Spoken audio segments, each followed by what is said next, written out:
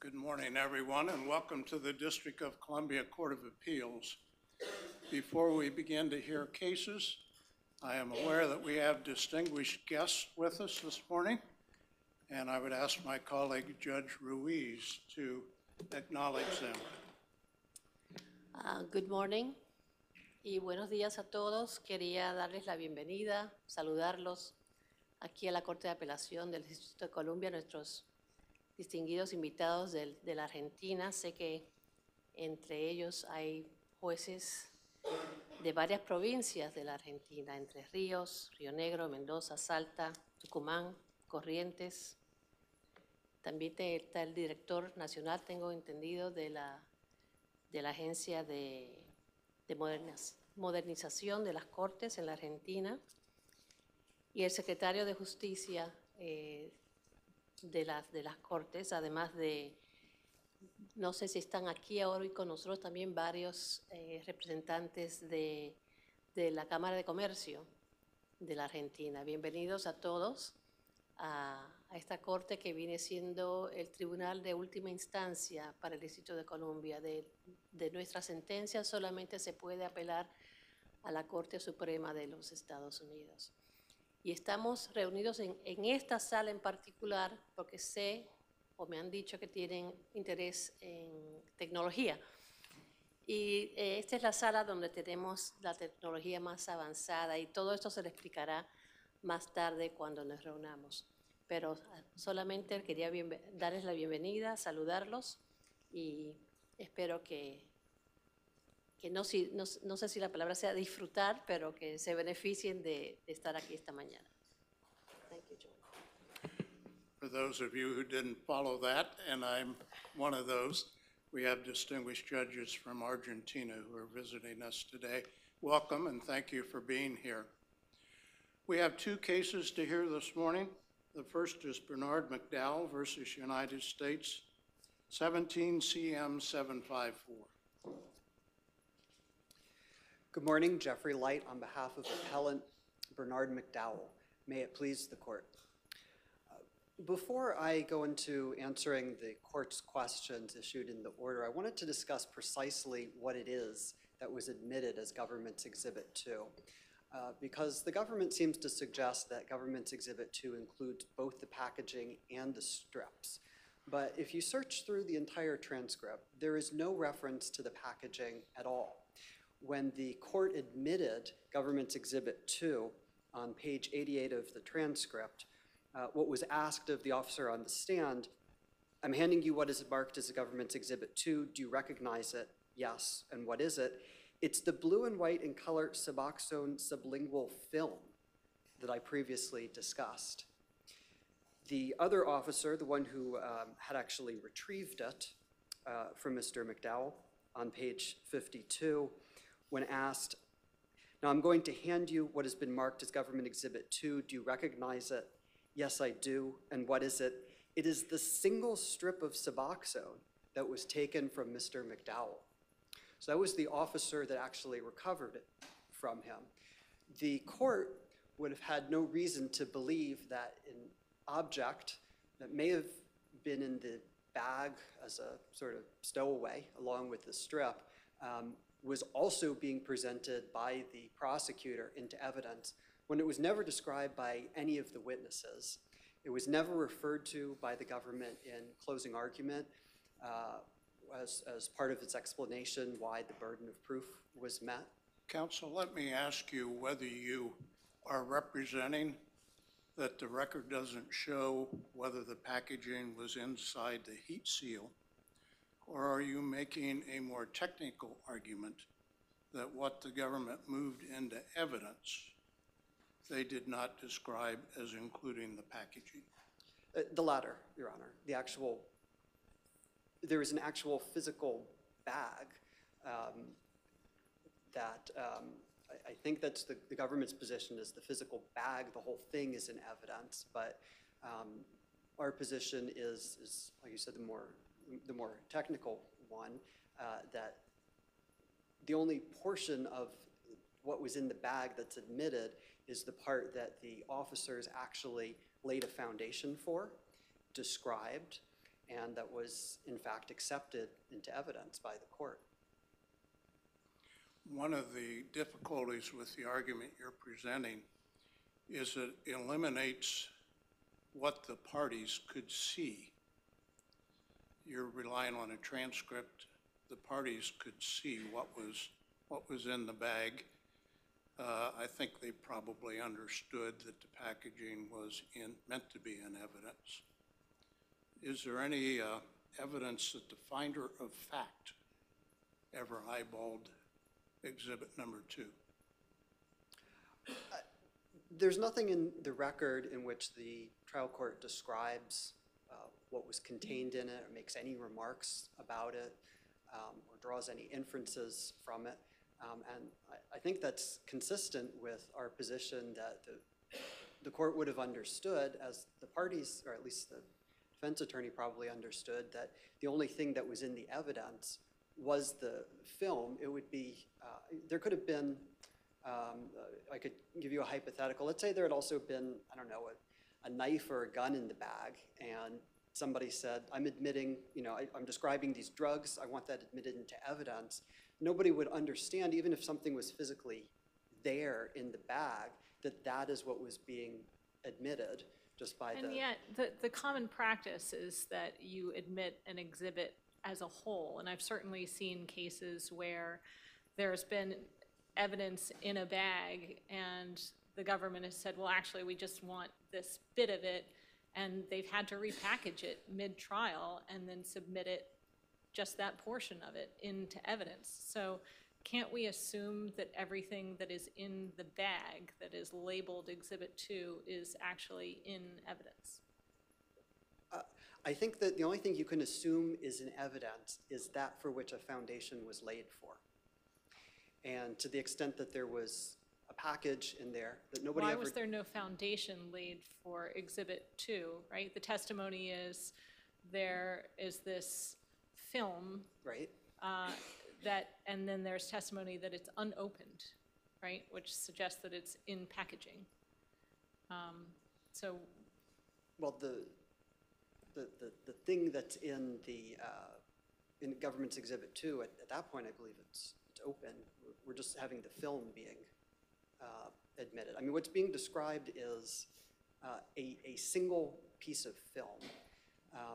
Nobody said anything about the packaging being admitted, and since that is, in fact, a critical piece of evidence in this case, I think it's unlikely that it would have gone completely unremarked. I take it your argument is that it seems to be a critical piece of evidence now, but wasn't a critical piece at trial. Well, it was critical because it was the only way the government could possibly have proven one of the elements in the case.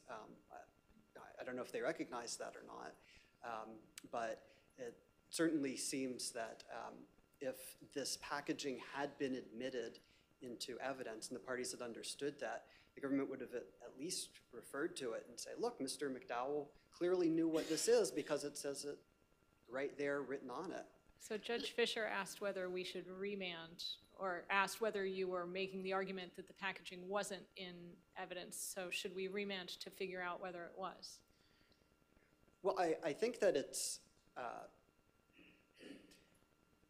clear from the record. There's no need to remand as to what's in the evidence. It was what was described by the police officers as what Government Exhibit 2 is, a single strip of film.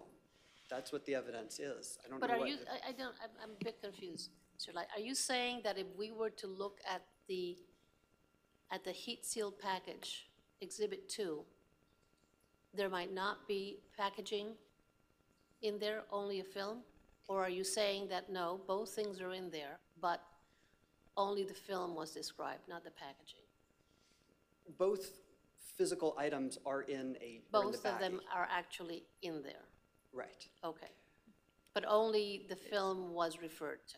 right. And therefore... But where are you getting the information that both things are in there? Is that in evidence?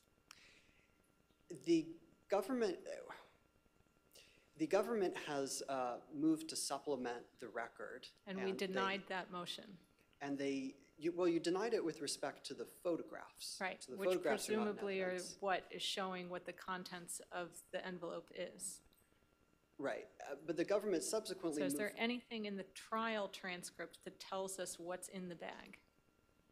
The trial transcript does not. In fact, that was sort of the whole premise of my initial brief. Well, I think There you're was- trying to say that we could look at it because there's been a motion to supplement the record with the actual Exhibit 2, right? Is that the motion you're referring to? The motion to our court? Well, my position is that But is that the motion that you were just referring to, Mr. Light? Because you said it was not the photographs. the question is, can the court look at it? The government moved. Right. Would you answer the question? Isn't it true that we granted a motion to supplement the record Yes. with exhibit number 2? With exhibit number 2. Right. The question is then, what is exhibit number 2? Well, it's, What, And that's where we what do you differ. think moving to supplement the record with an exhibit that's already in the record did? I'm not entirely sure why they felt it was necessary, because the rules specify that exhibits in the trial court are part of the record on appeal. But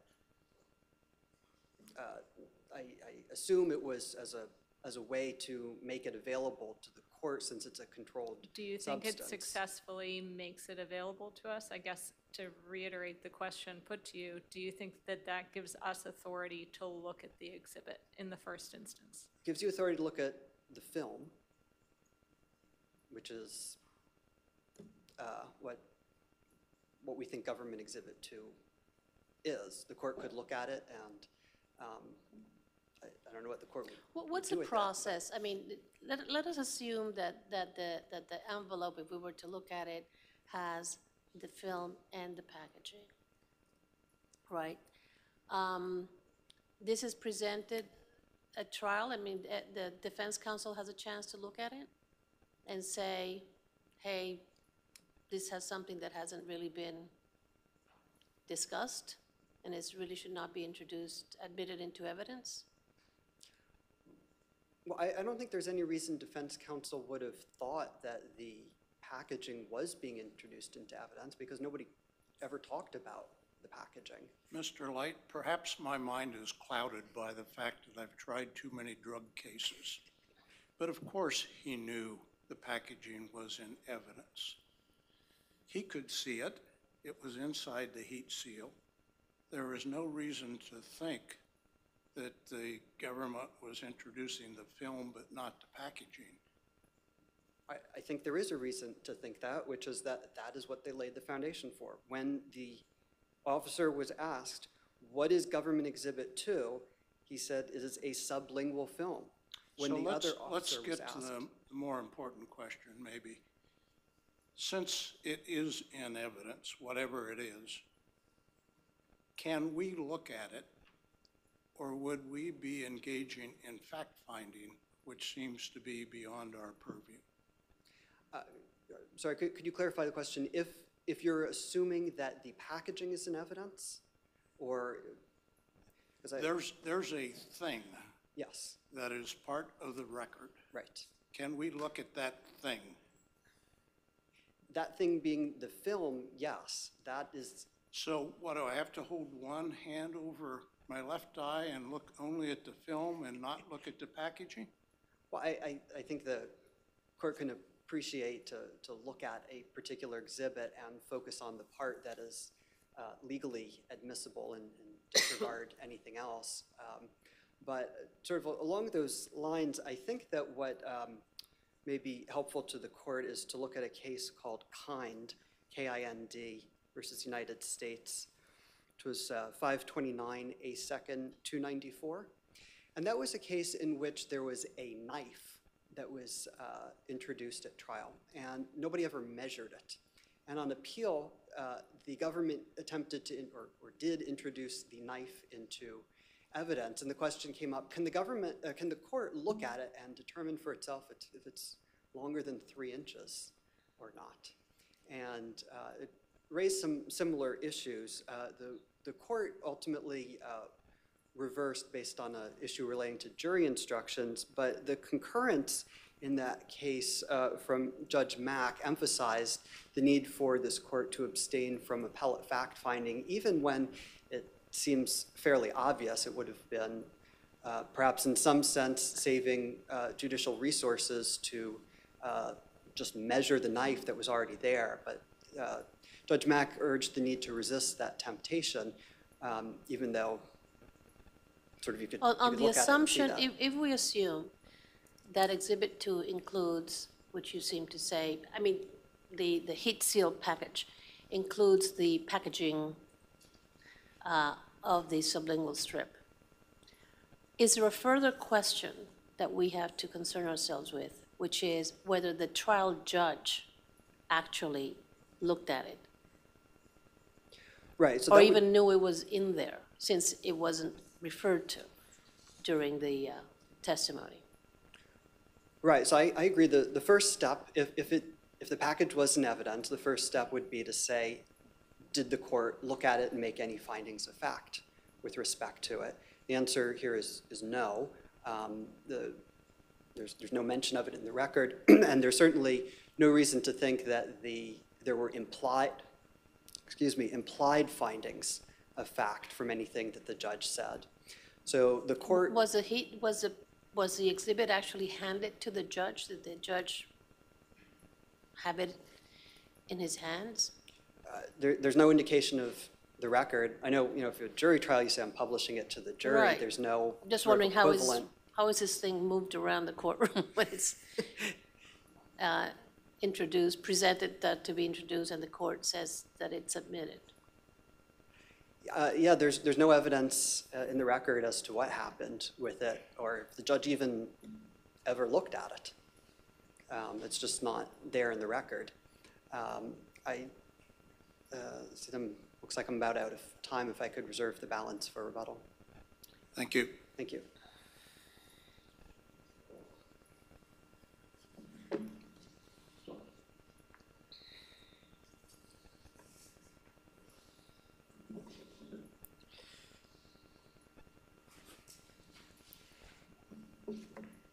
May it please the court. Michael Romano on behalf of the United States. The trial court found here that appellant possessed Suboxone under circumstances indicating that his possession was knowing and intentional. And I want to get right to the 4 questions that the court posed in its order of October 2nd. First, does the record reflect whether the trial court examined exhibit number 2 at trial? No. Second, if not, should this court remand the record to determine if the trial court examined the exhibit, and if so, what it noted? No, we don't believe that's necessary. Number 3, may this court, as part of its review of the record, conduct its own examination of an exhibit admitted but not described or discussed at trial? Yes. And 4, if not, may this court remand the record to direct the trial court to examine the exhibit?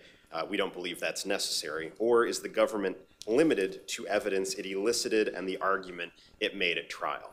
The government is limited to testimony at trial and evidence that was received by the fact finder, but is not limited by the argument it made as such. And before addressing those questions, Your Honors, I want to talk about the point that counsel raised a moment ago about what is in the heat-sealed bag. The heat-sealed bag contains both the residual portion of the Suboxone strip, less the portion that the chemist consumed to test it, and the packaging that the strip was in. How do we know that? Well, we have moved to supplement the record on appeal with exhibit number 2. It's something that this court can see if it looks at exhibit number 2. There also was testimony in the record that the Suboxone tablet was unopened. That's on page 87. A tablet? The Was there a tablet? There was a tablet inside the plastic packaging. But there's a tablet, but then he seems to correct himself and says, this is the only testimony we have describing Exhibit 2.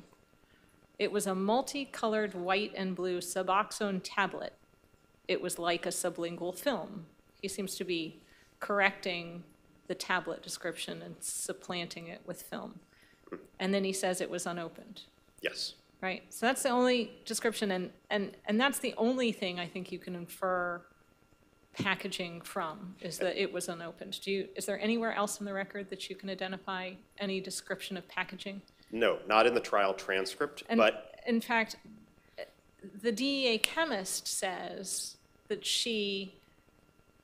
it's implicit that she does open the packaging, Yes. right? Because she has to test it. I'm assuming there's no X-ray procedure.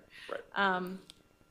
She says after her analysis, quote, "I reweighed the strip, put it in the evidence envelope and sealed it and returned it to the vault." Yes, She doesn't mention the packaging. that's true, Your Honor. So how do we know?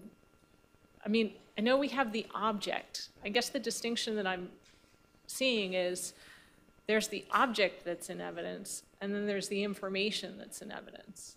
And to give you an example of the distinction, say the government has a gun, displays the gun to the fact finder, says, this is the gun, it's relevant because it matches the general description of a gun, right? It's silver, it's a revolver, whatever. On appeal, the government says, there's a serial number on this gun. And that serial number is helpful to our case. It supports the determination of guilt. It adds to the quantum of evidence that is sufficient. But there's no testimony at trial about the serial number. You can scrub the record. There's nothing in the record about the serial number.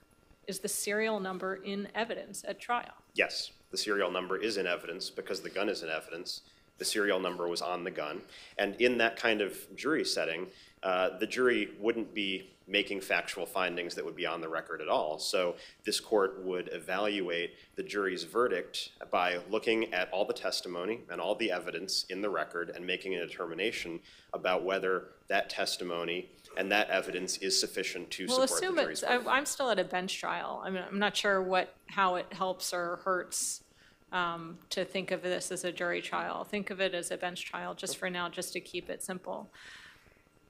The only indication, it's clear on the record that the gun is just displayed for the judge as fact finder, that the judge does not handle the gun, does not see the serial number. Is your answer still yes, that the serial number is in evidence? Yes, my answer is still yes, that the serial number is in evidence. It is part of an exhibit received in evidence at trial. But I guess I just find that's such an odd way for the adversarial process to work, to sort of put things in but not really put them in. The defense in that situation has no idea that the government thinks that the serial number has any value or relevance to the case, has no opportunity to say, you can't really read that number, or, this is obscured. I don't understand how that really is a legitimate way of getting information into evidence. Well, if there was some kind of question about the serial number at the time, the defense would have had access to the same information about what the gun looked like and other things. Why is the burden on the defense to elicit information that's helpful to the government's case to then knock it down? The burden is not on the defense to elicit that information, but if there was some aspect of the exhibit that the defense had issue with, the burden would be on them to object and to make a record about the nature of that objection. So Let me ask you this question. Do you think the evidence is sufficient to sustain this conviction without looking at the packaging of the Suboxone? I do, although the evidence is certainly stronger with looking at the packaging of the Suboxone. And to consider the evidence without the Suboxone packaging, this court can certainly look to the other circumstances, that there was an overheard conversation on the bus about drug use, that appellant had put two small objects on his fist, raised his fist to his nose and inhaled once with each nostril, appearing to engage in drug use, and that... That would have been some other drug. It would not have been Suboxone, correct? Correct. It would have been some other drug, so the inference certainly isn't as strong without the Suboxone packaging, but... And the testimony is that the officer had no idea what that substance was. never said that it was drugs. In fact, said, I don't know what it was and I don't know where it came from. Well, certainly it wasn't tested, but to hear two people on a bus talking about drug use and then seeing somebody sniff both items off his hand shortly after the conversation happened, it's certainly a fair inference. But that what does so the statute says intentionally or with knowledge to possess a controlled substance, right? Yes. I'm not entirely sure what intentionally or with knowledge, I mean, that goes to what? To the possession or knowing that you have to know what the substance is, right? Yes. Both. He has to know that it's buprenorphine, is that buprenorphine, is that what it is? Buprenorphine, I believe. Buprenorphine, is how I okay. think it's pronounced. I'm not 100% Which, sure. whatever, I prefer the Suboxone, but I understand that that's just a compound of that. So he has to know that he possesses something with this substance. Yes. All right, and, I mean, the cases we have, the marijuana cases, for example, it's green, it has an odor, whatever. What is the evidence that Mr. McDowell knew that this tablet that looked like a Listerine, whatever, breath mint, I guess, contained this substance, other than the fact that he seems to be someone who used some other drug? Well, there's testimony in the record on page 50 that this tablet is given out at clinics to help people come down off heroin, to help them wean themselves off a heroin addiction. Additionally, if this court does look at Exhibit 2. But if that's how he had received it, then he would have not had a problem, right? It would have been prescribed. What evidence is there in the record that Mr. McDowell knew what substance this tablet contained? And this comes back around to Exhibit 2, Your Honor, but Exhibit 2 does specifically identify it as Suboxone and Right, the containing packaging. Okay, so that would tell buprenorphine. him, if the packaging is in evidence, and if we can infer, and if a fact finder could infer, even though perhaps this fact finder didn't particularly infer that we know of, that from the packaging, a person would know what substance is in this tablet, part of it, right? Yes. Is there a further requirement? Does he have to know, Mr. McDowell, that this substance is a controlled substance? I believe that's right, Your Honor, He does have to know. based on language in cases describing the requirements of proof for the government under this statute, that the person has to know that they possess it, knowingly possess, and also know that the item is controlled. Is controlled, yes. all right? And what is the evidence that he knew that? the overall circumstances of the conversation on the bus, the conversation about drug use, the use of drugs, and then finding this in his possession shortly after that. Aren't you relying on an inference that he read the package? It was there for him to see plainly? Yes. But that's the problem. We don't know that it was there for him to see plainly. Well, we do, Your Honor, and that gets us back to the third question in the court's order, that this court certainly can review the exhibit, which is in the record, both because of the unopposed motion to supplement the record, but also it's part of the record as a matter of course pursuant to Rule 10. And so, But if the fact finder did not look at it, what is the legitimate purpose of us looking at it? Well, part of the reason that I made the analogy of this case to a jury trial is that the court here issued what I would describe as a general finding of guilt without making specific findings about particular facts, which aren't required. So if this had been a jury trial, for example, this court would not have any kind of feedback from the jury about what was looked at. We would assume that the jury looked at it. Right. But here we're looking for some indication in the record that this finder of fact actually did look at it. Well, and here, in cases such as this, the judge's decision is entitled to a presumption of correctness, and the fact finder is also the judge's. That's a rebuttable presumption. It is. And I'm looking for some evidence in the record that this finder of fact actually looked at the packaging. And there's nothing explicit in the record on that point, Your Honor. It certainly would be easier if there were. What I would say is that all three of the witnesses looked at and testified about this exhibit. That much is clear. They So testified about the film. they testified not- about the exhibit. Well, I'm not sure what that means. When they testified about the exhibit, the only thing they mentioned was the film. Yes, but the exhibit was received in evidence. Exhibit 2 is I that. understand that, but the only thing that they referenced was the film.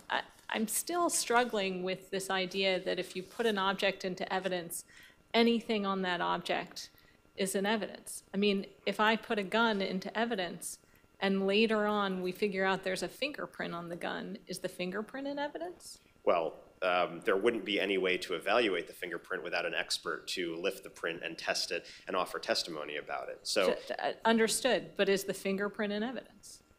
yes, but without any way to make sense of the fingerprint. If I put a whole set of an old-fashioned encyclopedia, all, 26 volumes, I guess they were less than 26 because they merged X, Y, and Z. Is every iota of information in the encyclopedia in evidence? If all 26 or however many volumes were received in evidence, yes. Now, if 25 of those volumes and most of the 26th was not relevant, it would be incumbent on the defense attorney to object that not all of these 26 exhibits should go to the jury. And I think it could be useful to think about this in terms of... But what if the government says, we're showing this, Judge, the only thing the government says is we want to show that this person is a learned person, and so we're putting in the fact that they have every single volume of this encyclopedia in their house, and we're moving it into evidence. And the defense is like, okay, you want to do that? Fine, right? There's no reason for the defense to say, but wait, I want to make sure that in volume B on page 82, the definition of whatever is not in evidence, right? Why should the defense have to do that if the government hasn't given any indication that they're interested in volume B?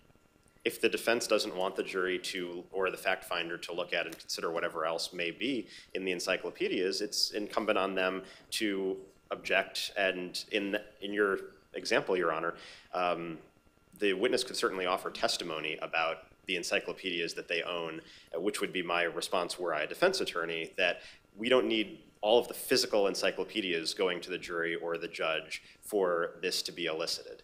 And certainly I've seen kind of with the shoe on the other foot about the jury considering things that aren't argued. There have been trials that I've participated in where juries have looked at aspects of videotapes that I didn't emphasize and relied on that to acquit. And I would never say that. The videotape is interesting, right? Because I was thinking about the videotape and thinking, well, what about that? And we get videotapes all the time, right? And we look at them. But we only look at the parts of the videotape that have been showed to the fact finder. And if we are given a piece of videotape that says the jury saw or the judge saw minute 5 to minute 15, that's all we look at. We don't look at minute 3 and we don't look at minute 18, right? So I think that's the distinction is if it's actually displayed to the fact finder and the fact finder views it, that's one thing. But there's no indication in this record that the government asked the fact finder to view the packaging, asked a witness to describe the packaging, and there's no indication in the record that the fact finder did look at the packaging. So what do we do in that situation? I think what the record indicates here is that this is not something that the parties anticipated as an issue, probably because everyone could see the Suboxone packaging inside of exhibit number 2. That's the inference you would like us to draw, but that seems like supposition from where I sit. Well, I think given that the the decisions of a trial court sitting as a fact finder are entitled to this presumption of correctness, which certainly is rebuttable. The fact that all 3 of the witnesses talked about Exhibit 2 in some form or fashion, we can certainly presume, although we don't have to presume, but we can presume that the trial judge looked at Exhibit number 2 at some point. But that makes it sound like you're presuming that you're giving the finding of guilt a presumption of correctness. No, we're not giving the finding of guilt a presumption of correctness. We're giving a presumption of correctness to the The finding of the intent element, the mens rea element? No, the fact that the fact finder looked at all of the evidence. Certainly, the fact finder could have reached a different decision after looking at all of the evidence. There's nothing about this that compels a finding of guilt. He could have looked at this and decided, well, I don't find that Mr. McDowell knew that the Suboxone or the buprenorphine was a controlled substance. But are you're saying that, I can understand that that the fact finder could have, but again, and then go back to what Judge Fisher said, what is the indication that this fact finder did? There isn't anything explicit, Your Honor. And there's nothing explicit, there's no reason for us to think that the trial judge ever looked at this thing, right? Other than the presumption of correctness. Well, no, but particularly where the government counsel never refers to the packaging in any way. I mean, you would think that that would be kind of the most important part of this, not the fact that it's a blue and white tablet that, could be anything. Right. But the fact that the packaging says, this is what it is. And then from the fact that he actually had that and knew that it was, and the fact that he was sniffing something else, we can infer that he perhaps knows that that is a controlled substance, right? We can. We can also infer from the record, I think, and this, while I certainly hear the challenge that this might just be supposition, I think it's a fair inference that the reason that this didn't come up is because everybody could see the exhibit and the trial judge wasn't concerned about this particular aspect of the evidence. But you could draw the opposite inference, right? Because in my experience, the government usually highlights the best evidence for them. Yes. So you could infer that because the government isn't talking about the packaging, that it wasn't in there or it wasn't visible, right? Or this case just wasn't tried very well. Well, but, and that happens sometimes. These are quick trials, right? I'm not trying to cast aspersions, but, there are a lot of things going on in Superior Court, and this happened very quick, and the trial judge said, you've got a minute for closing. Right. And the government didn't say anything about the packaging and closing because they didn't have very much time to think about their closing. But you can infer from the fact that the government didn't mention the packaging that maybe the government didn't appreciate how important it was to its case. that's entirely possible. And that nobody else did either. Well, except that we do have this presumption, and where there is sort of a tie in the record about there's not evidence about whether the trial court looked at it or didn't look at it, but there's also not evidence affirmatively suggesting that the trial court did not look at the evidence, which is why I referred to the record as sort of a tie on that point. And so I would argue there is not sufficient information to rebut that presumption of correctness and rebut the presumption that the trial court actually saw the contents of Exhibit 2. Thank you, Mr. Romano. Thank you, Your Honor. And we ask that this court affirm the judgment of the trial court. A couple of minutes only. It'll be fairly short, thank you. I wanted to begin by addressing Judge Easterly's hypothetical about the serial number on the gun, because I think it raises a really important point here. It may seem at first glance that it's an easy case in the sense that if somebody looked at the packaging, they could look at what it said and they'd have their answer. But the principle that's at stake here, this court needs to craft a rule of law regarding what is going to be considered. And if, in this case, the Court of Appeals feels free to look at and draw its own conclusions, there's nothing to stop the same situation happening in the examples that Judge Easterly gave with the gun, or perhaps, unbeknownst to everybody, there's a bullet in the gun. And it does happen frequently that there's video that comes in at trial.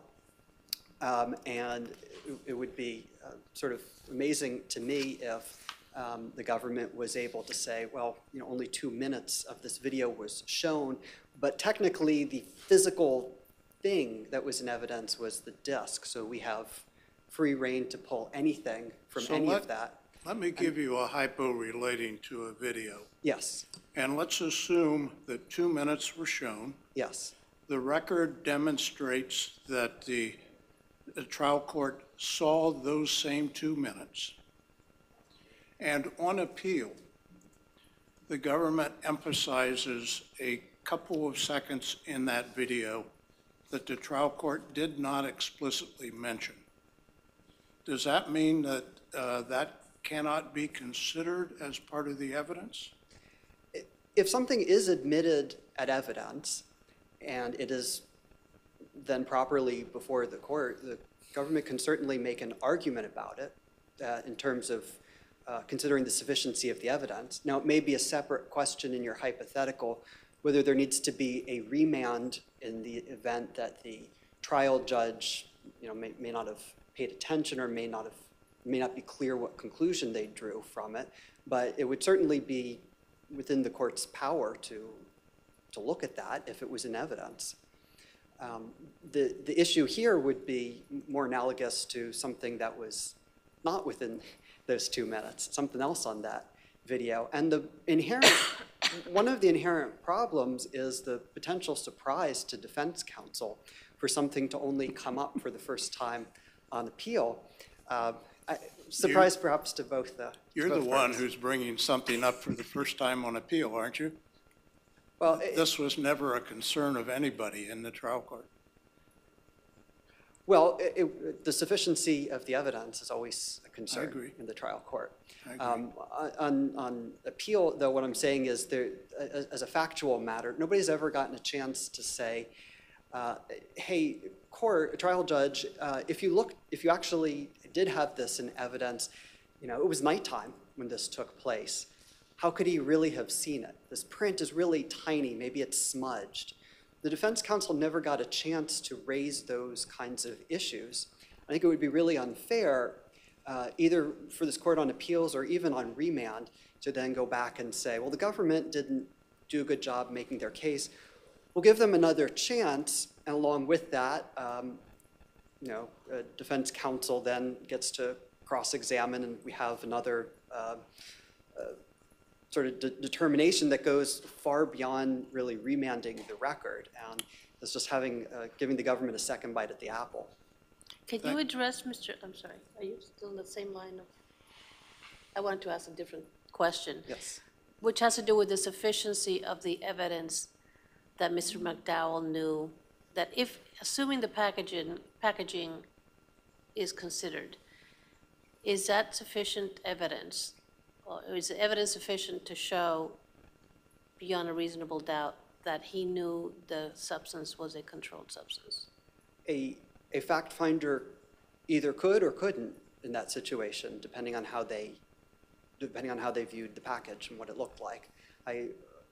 A rational fact finder could find guilt based on that package. They could also say the print's too small, it was nighttime, they wouldn't Are have you seen it. asking then if the packaging is considered for remand for the defense to have an opportunity to respond to this information? Yeah, I think we would have to have an opportunity to respond to something new being presented. It certainly wouldn't have been incumbent on defense counsel to say, well, the government introduced this evidence, I'm going to emphasize it just so I can discredit it. That this is really the first time defense counsel would be having an opportunity to address the issue to begin with. Thank you, Mr. Light. Appreciate your argument. Mr. Romano, thank you for your argument. Thank you. The case will be submitted.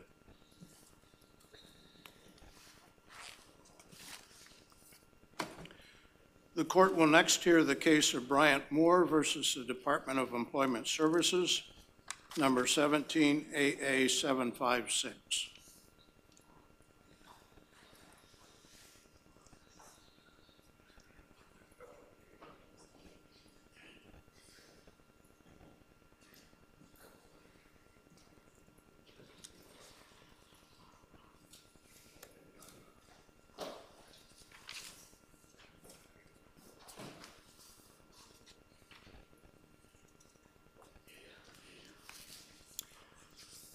Take it you're Mr. Moore?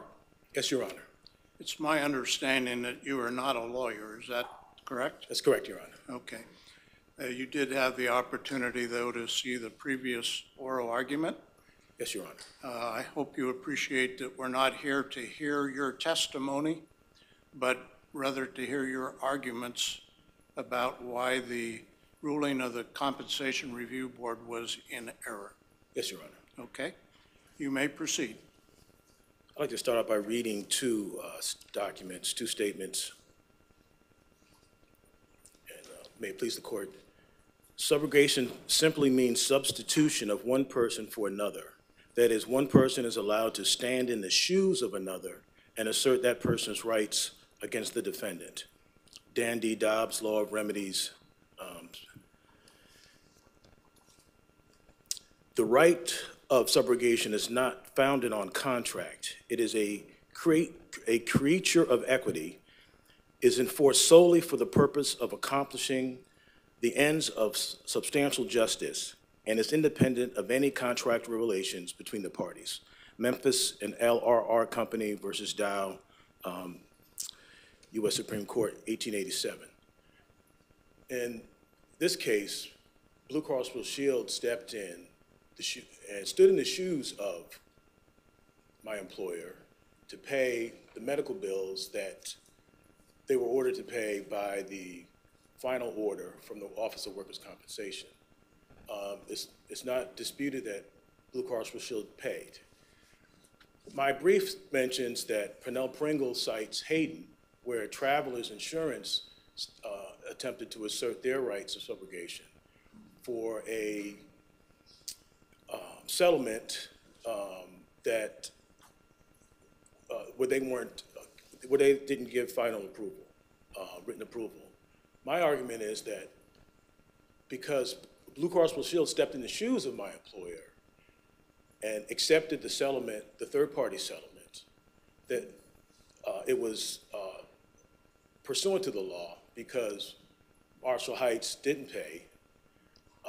They didn't have work. They were uninsured. They're an uninsured employer. They didn't have workers' compensation insurance. I don't remember reading any facts that said that Blue Cross accepted the settlement of the third-party driver. There's a document and evidence from the attorney who handled the third-party case, and it shows that Blue Cross Blue Shield was paid out of the recovery. And implicit in that is that they accepted it.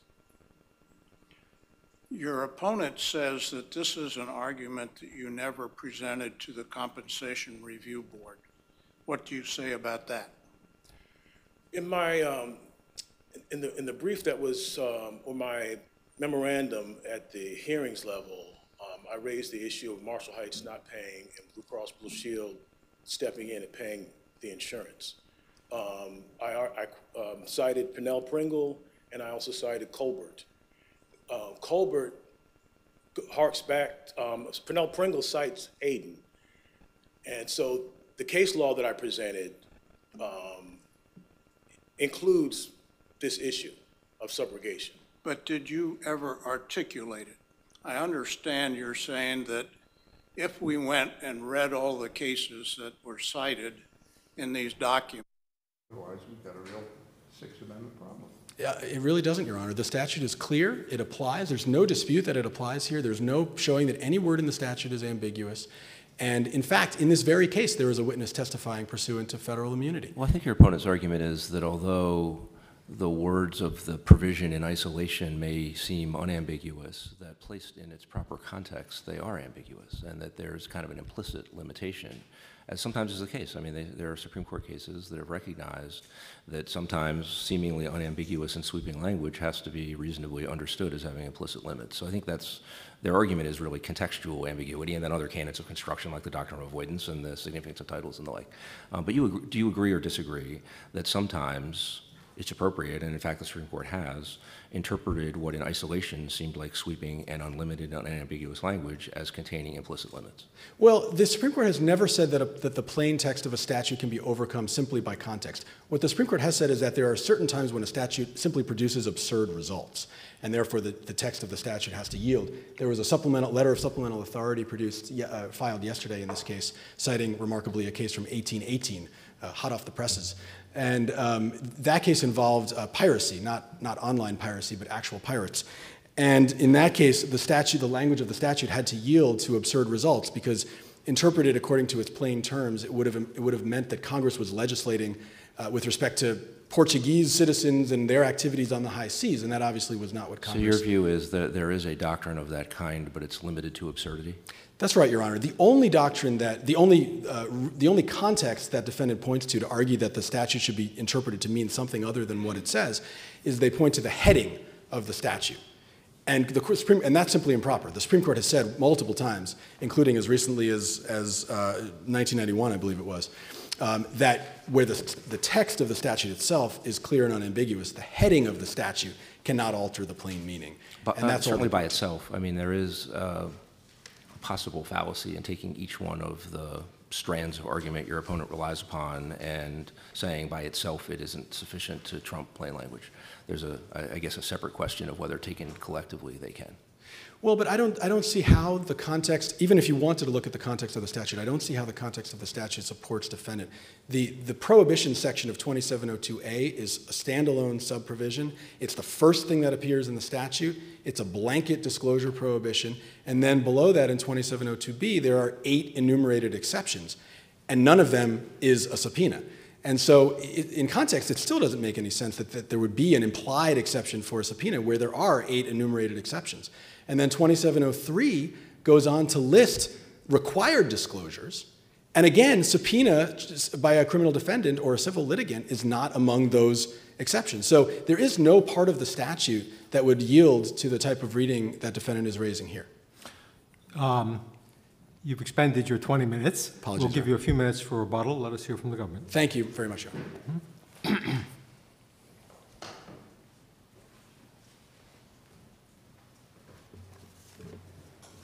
May it please the court, Lauren Bates on behalf of the United States. The statute at issue here, 2702A, is clear and unambiguous. It provides that a service provider, such as Facebook, shall not disclose the content of communications. Appellee has not pointed to any ambiguity in the text of the statute and cannot point to the fact that this would lead to an absurd result. That is because the purpose of this statute, the congressional purpose behind this, was to protect individual users' privacy, recognizing that with the advent of electronic service providers and electronic communications, so much of what was previously done by phone calls or by writing letters would be done via these electronic means of communication, and that service providers would have stored the entire contents of the history of an individual's private communications. Congress struck a balance between the need to protect individuals' privacy and competing legitimate law enforcement interests in criminal investigations. What Congress did when it enacted this statute was recognize that not only was there concern about the government's ability to access these communications, but that Congress was concerned about other users' ability to access, through unauthorized means, without consent, individuals' private communications. And where's the part where Congress explains how it struck the balance in the context of criminal defense subpoenas or even civil subpoenas? So I think that Congress didn't need to strike a balance there because it was trying to treat electronic communications just like these other pre-existing forms of communications, wiretaps and telephone conversations and letters, where there was already a mechanism, a well-recognized mechanism for criminal defendants or civil litigants to obtain information regarding the content of these communications. That's by calling as a witness one of the people who had and participated in the conversation, by serving a subpoena for documents, requesting a copy of the letter that was sent either by the sender or recipient. But what Congress was trying to do is stop users or individuals from going to a service provider without the consent of the account holder and getting the content of all of that individual's communications. Two questions for you. Accepting everything you say is true, Congress allowed the government, the United States Attorney's Office or the Department of Justice, to do as an exception what you say Congress wanted to prevent. It allowed the United States Attorney's Office to get a warrant based on probable cause, to get that communication without notification to the people who were parties to the communication. It allowed them to use other court process with notice. That's an interesting feature, isn't it? It means that the government can do something that the defense cannot do in obtaining evidence. What's the explanation for that? And relatedly, maybe it's not related, but it came up earlier. If the United States Attorney's Office were aware that there's a really incriminating letter that's just been put in the mailbox, and we really need that letter to prosecute someone, can they issue a subpoena to the post office and get it? On the first question. Well, it doesn't have to be, forget subpoena. Can they issue some sort of court order, warrant, subpoena, whatever, to get it? So why is the government provided the ability under the Stored Communications Act to obtain access to communications by way of a warrant? That is because it is the government that is tasked under the criminal justice system with being the entity that investigates crimes. And so the government has historically been given legal means, with judicial oversight, of gathering evidence for the purpose of investigating and then prosecuting criminal activity. That is not unique to the SCA. That pre-existed. There are Fourth Amendment search warrants that the government can obtain to gain access to information in a private space where the criminal defendants have not been provided with an ability to obtain a search warrant and go in and get for themselves evidence that is in a private space, such as a home. Right. What now, can they do? Is that asymmetry, in your view, created by the SCA, limited to the criminal setting where the government is performing its criminal investigative function? Or are they asymmetries that permit the government as a civil litigant to obtain a trial subpoena against Facebook where a private litigant could not? So I have not looked at the civil mechanism here, but and I can check on this. I do believe that a governmental entity can obtain by using civil process certain information, but it would have to obtain a warrant under the SCA to get content. That's both because of the Fourth Amendment potential interests, but also required by statute. I mean, I'm no expert in these provisions, and I don't think this was brief, but at least 2703B, which relates to contents in remote computing services,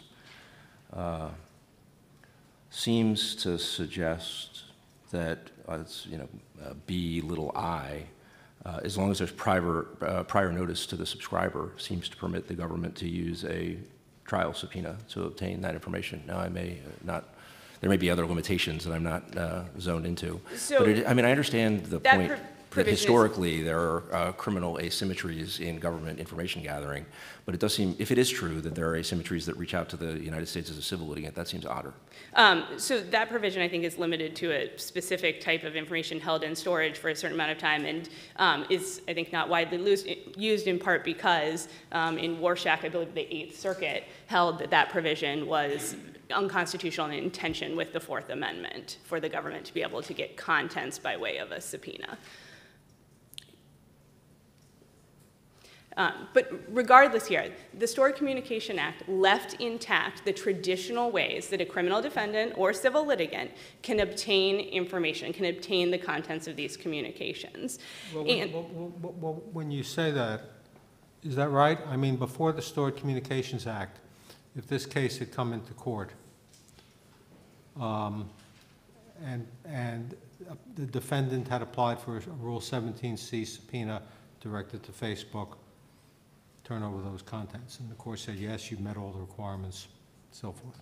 Well, so, Would Facebook wouldn't be able to rely on the Stored Communications Act to prevent that? no, not because before it didn't was exist, enacted, right? but the Got that. reason for. So what would have happened?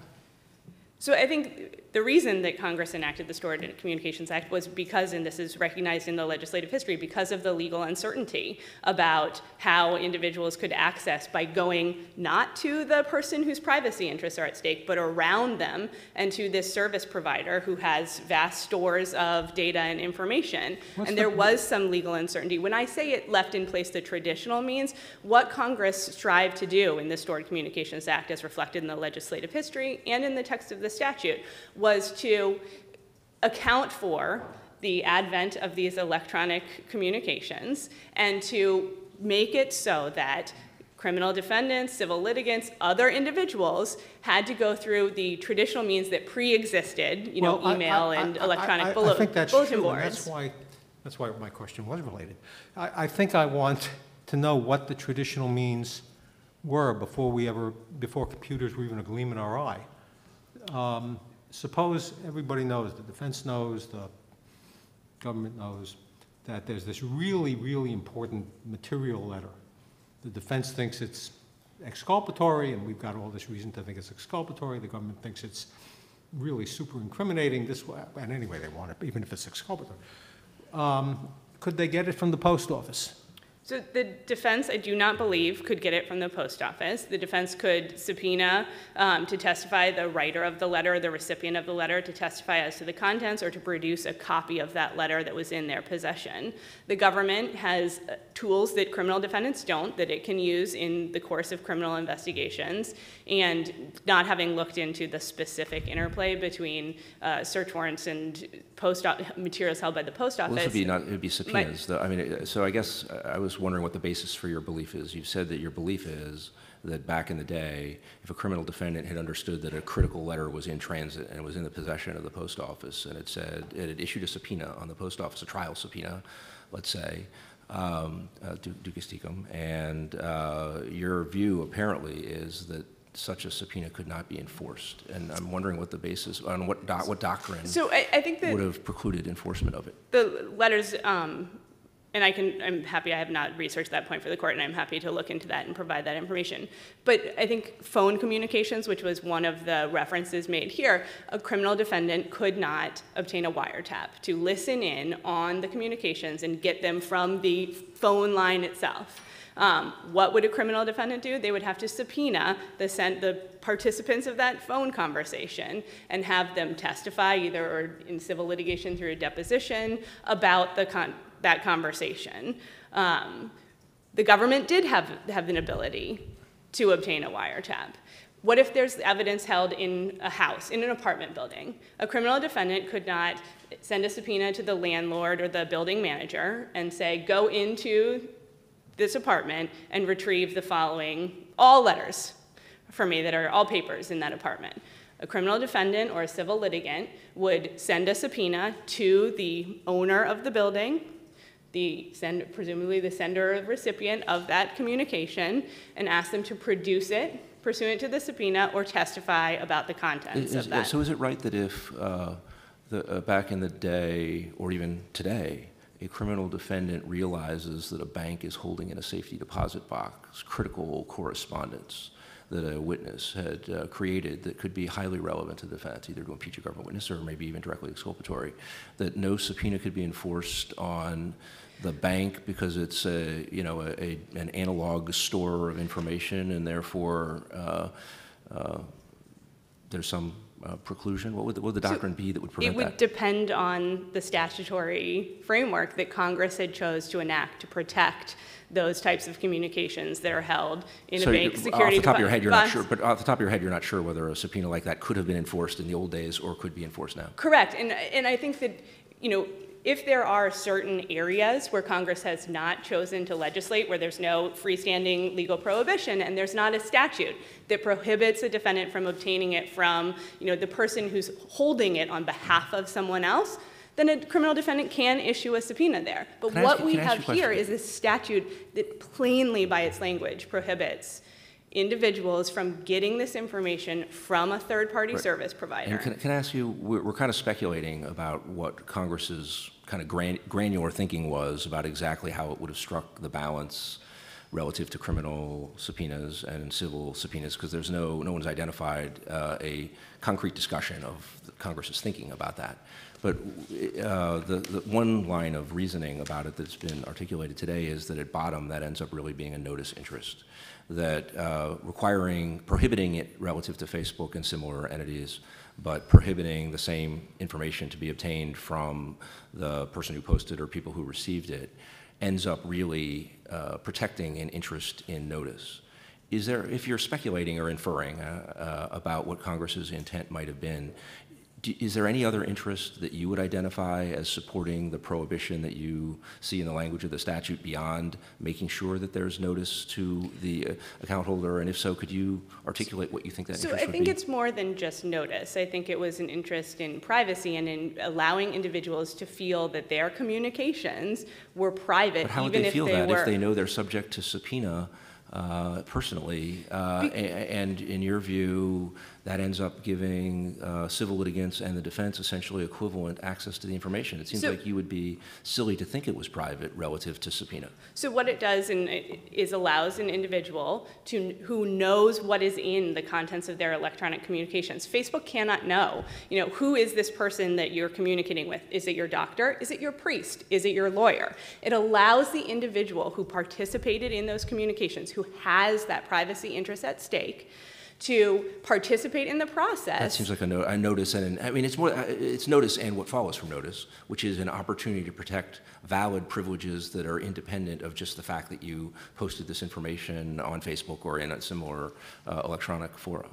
And I think that that's what So Congress notice and an opportunity to litigate. Beyond So valid it's privileges. beyond privilege. Congress, in the legislative history, mentioned that electronically stored records could include a hospital's entire records, all of their emails, all of their medical It's all records. of the Rule 17 protections. It could It's all of Rule 17 include protections. it could include a business's sensitive and proprietary information. Imagine civil litigation, trade secrets litigation, or something, patent litigation. If someone could go to a service provider and just get all the contents of the electronic communications, the business could not assert those interests. And Congress did not say that the way that you could protect those was simply by going to the service provider and providing that the service provider shall notify the recipient, because as Facebook's counsel here today has noted, it's difficult to place the service provider in that intermediary position where they may not have the ability, or someone may see some email or post from Facebook and ignore it because it goes to their spam folder of whatever email address that they've placed there.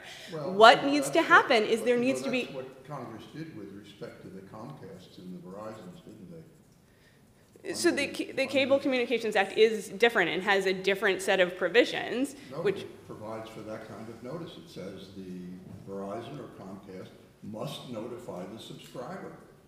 And so Congress obviously assumed that's a feasible way of ensuring that the person with the strongest incentive to protect his or her privacy interests gets notice so that they can come in and move to quash. Well, so I have 2 points in response to that. First is that where there is content that would fall under the SCA's provision, because the cable provider would be covered as a service provider under the SCA would require that the service provider not disclose that content.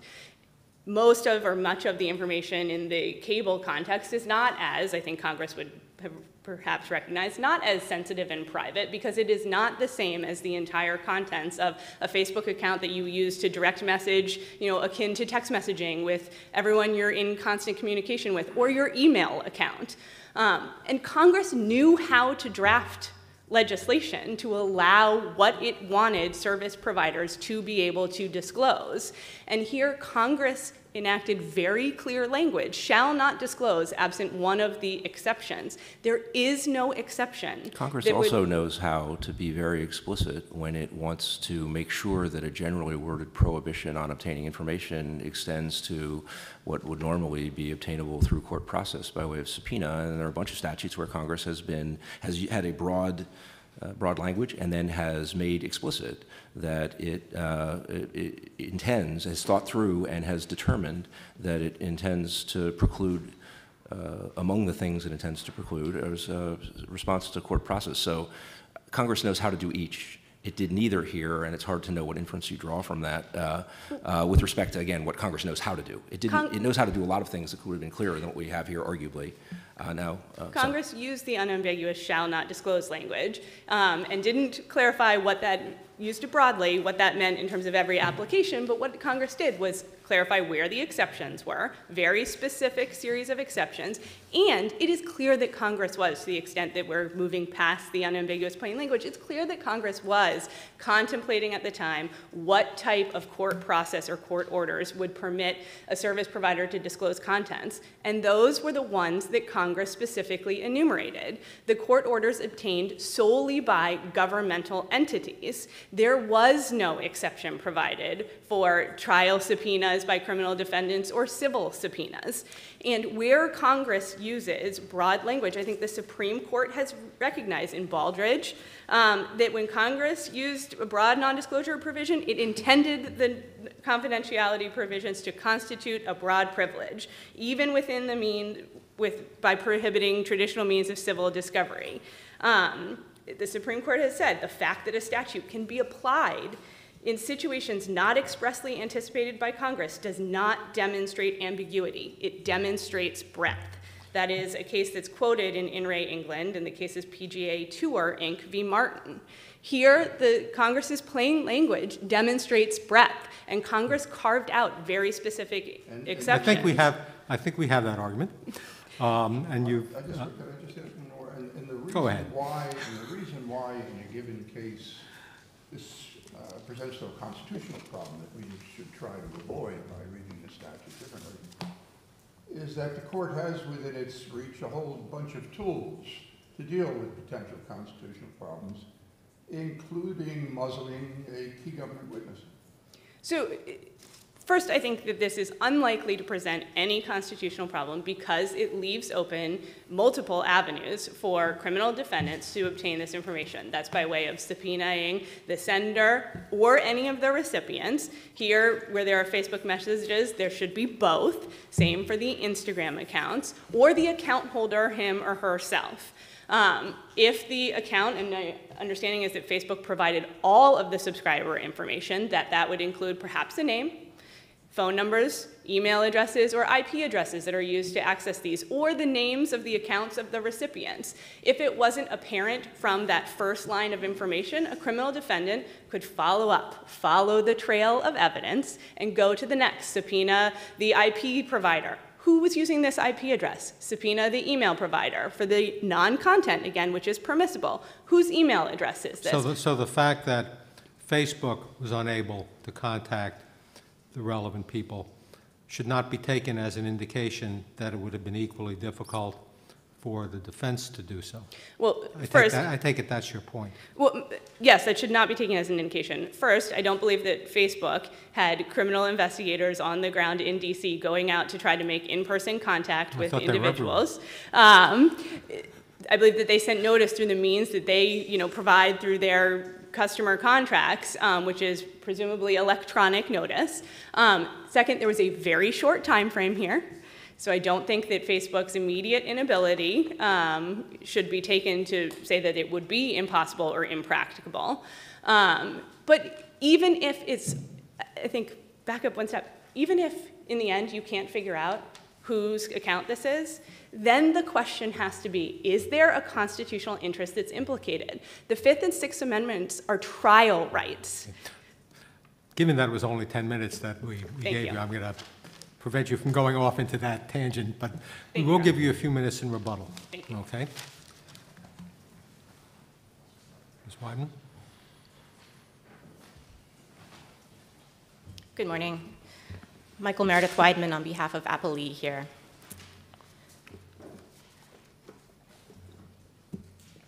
I'd like to begin by focusing on this statute, which both the government and Facebook have insisted up and down is an unambiguous restriction on their ability to comply with absolutely no one contests valid judicially authorized subpoenas. I think in this case, the cases that we cited in our 28K letter in addition to Lopez, Ramirez, and JB, which we cited in our response to the government, make very, very clear that when you have broad language, as Judge McLeese was discussing earlier, Congress often uses broad language that has unintended applications. And in situations where a literal application of that language leads to a result that seems somewhat at odds with the purpose, it's perfectly permissible to look at the statutory context. In fact, in interpreting general prohibitions or general language in statutes, all of these, both of the purpose, the legislative history, the statute as a whole, all of the contextual factors are essential.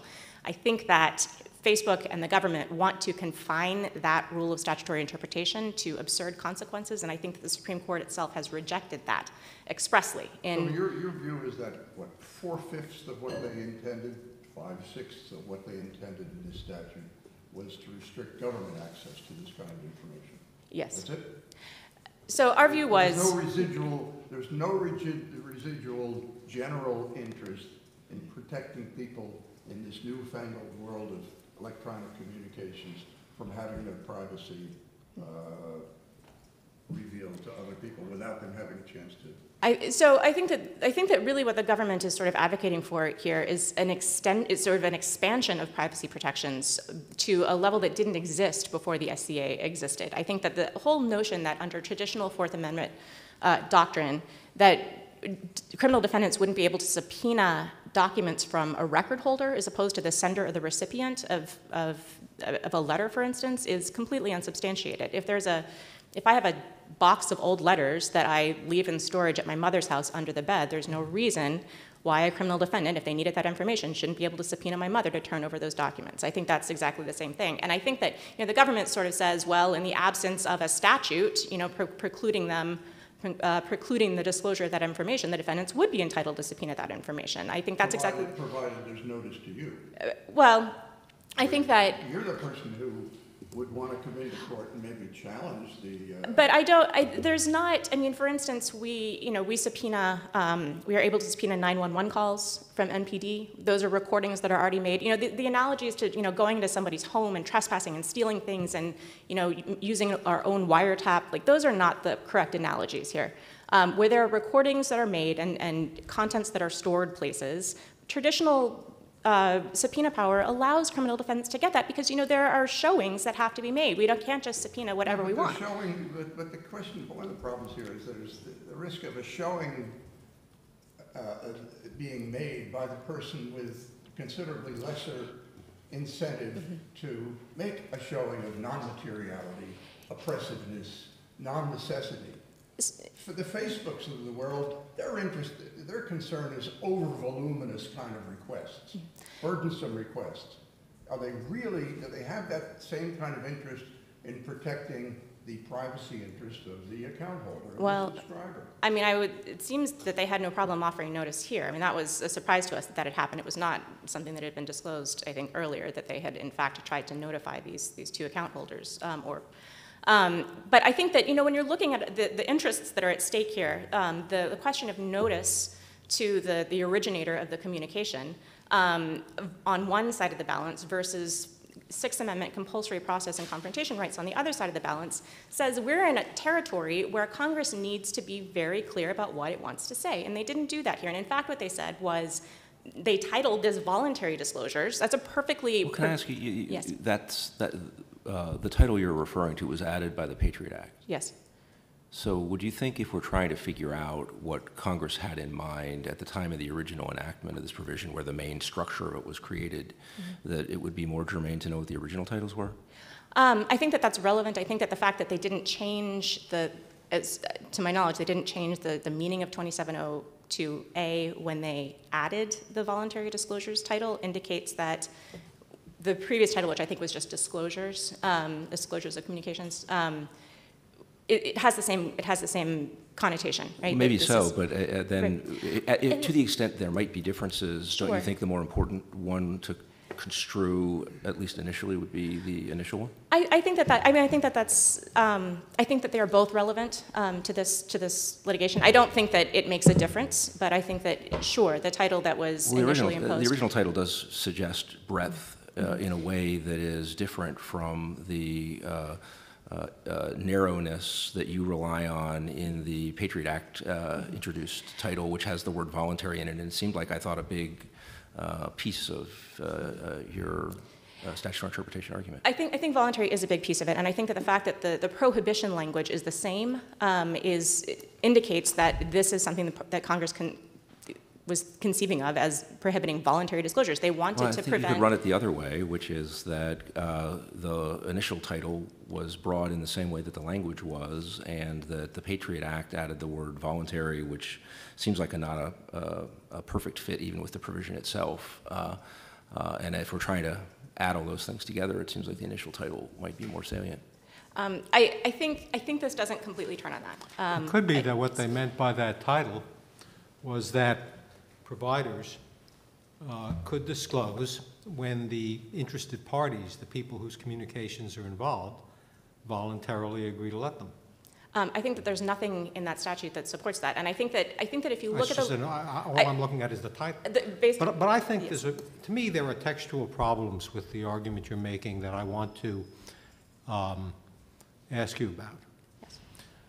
Your argument, as I understand it, is twofold. Congress was really concerned about primarily and this was their focus, the government getting access to the private communications that Facebook and other providers store. That's part A. And part B of your argument is that this act is really only focused on voluntary communications, voluntary disclosures, and therefore involuntary or compelled disclosures are not covered by this act. Now, I see two problems with that, textual problems that I'd like to hear what you have to say on. And I'll put them out together, even though some of the problems relate to the first one and some of the problems relate to the second one. To begin with, Section 2702 is not limited by any stretch of the imagination to disclosures to the government. On the contrary, it specifically forbids the knowing divulging, the knowing disclosure to any person or entity, the contents of the communication. And then, when it says, well, there are exceptions to that. So now let's focus on the notion that, well, that they're talking only about voluntary disclosures. There are exceptions to that. One of the exceptions is for the things contained in Section 2703, disclosures to the government pursuant to compulsion, a warrant or court order or subpoena. Now, one way to look at that would be to say that, but for that exception, those disclosures would be prohibited by 2702, meaning that but for that exception, 2702 applies to compulsory as well as voluntary disclosures. Obviously, if somebody holds a gun to a Facebook executive's head, and we're not talking about that type of involuntariness. But so that's a textual problem, and it results in a further textual problem for you, I think, because it shows that Congress was focusing on